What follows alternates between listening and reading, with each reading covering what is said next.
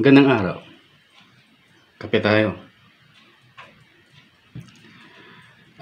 Tumayo ako para lang makita nyo kung gaano ako kaliit. Kasi ang pag-uusapan natin ngayon ay tungkol kay Zacchaeus o sa Tagalog ay Zaccheo. No? Ako ay 5'3" lang nung kabataan ko. Siguro ngayon nasa pagitan na lang ako ng 5'2", 5'2 and a half.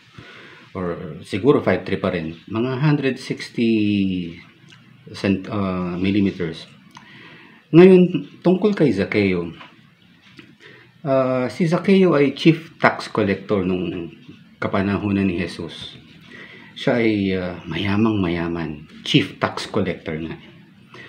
So, kilalang kilala siya dahil kinamumuhuyan siya ng kanyang mga kababayan. Dahil nakikitulong siya sa mga Romano na taga-kolekta nga ng tax, ng buwis. Ngayon, kilalang kilala siya, pero meron ding isang kilalang parating. At malamang dadaan sa kanyang opisina si Jesus. Malamang na may kaalaman na siya tungkol kay Jesus.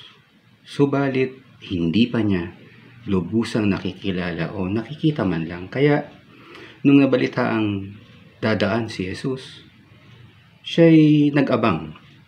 Subalit, kagaya ko'y pandak, hindi niya makikita. Okay? So, saan siya nagpunta? So, bukod kay Zaccheo, meron pang isang bagay na kailangan. Sa kwento ay mayroong sikamoro, puno ng sikamoro, sycamore tree. At siya'y umakyat doon.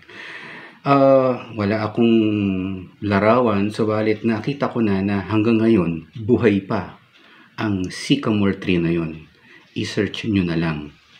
Okay? Ngayon, siya'y umakyat at nakita si Jesus. And the rest is history. Nakita din siya ni Jesus. Pinakilala ni Jesus ang kanyang sarili. Papaano?